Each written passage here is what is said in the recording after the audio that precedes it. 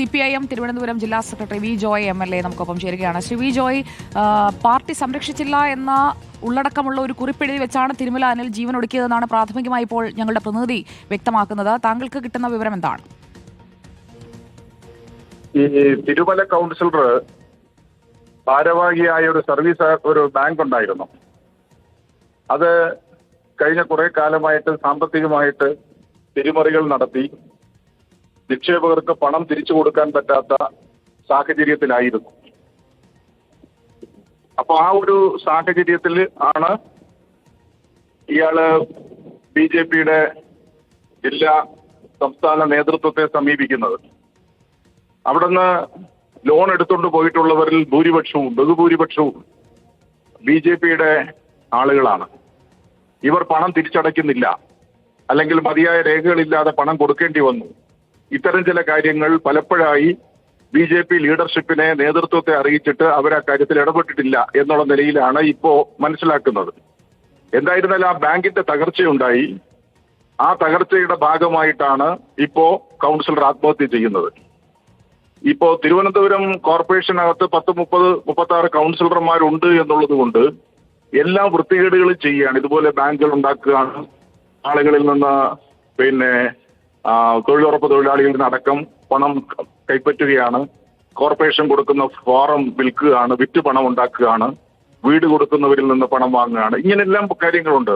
പക്ഷെ ഞങ്ങളെ സംബന്ധിച്ചിടത്തോളം ഒരു ചെറിയ കാര്യം വന്നാൽ അപ്പോ കർശനമായിട്ടുള്ള നിലപാട് സ്വീകരിക്കുകയാണ്. ഇവരെ എല്ലാം സഹായിച്ചു കൊണ്ടുപോകുന്ന സമീപനമാണ് സ്വീകരിക്കുന്നത്. എന്തായാലും ദാരുണമായി പോയി, അല്ലെങ്കിൽ ഒരു വളരെ ദാരുണമായിട്ടുള്ളൊരു സംഭവമാണ് ഈ കാര്യത്തിൽ ഉണ്ടായിട്ടുള്ളത്. BJP നേതൃത്വം ഇതിന് മറുപടി പറഞ്ഞേ മതിയാകുള്ളൂ എന്ന നിലയിലാണ് തിരുവനന്തപുരം കോർപ്പറേഷനിലെ ജനങ്ങളോട് BJP നേതൃത്വം മറുപടി പറയേണ്ട സാഹചര്യമാണ് നിലനിൽക്കുന്നത്.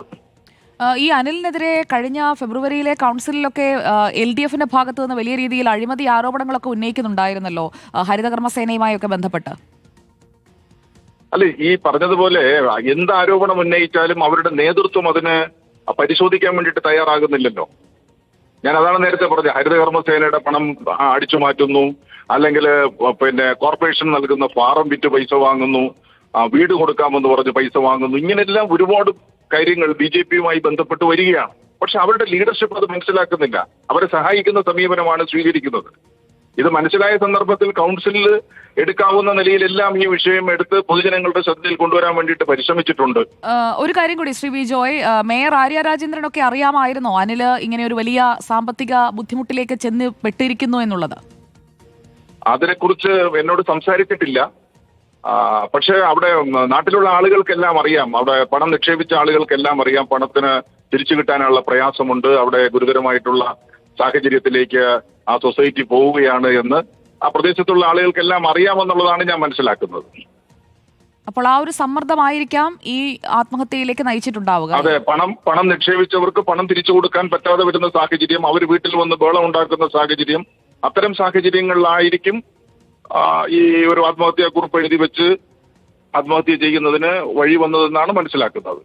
വളരെ നന്ദി ശ്രീ വി ജോയ് MLA പ്രതികരിച്ചതിന്.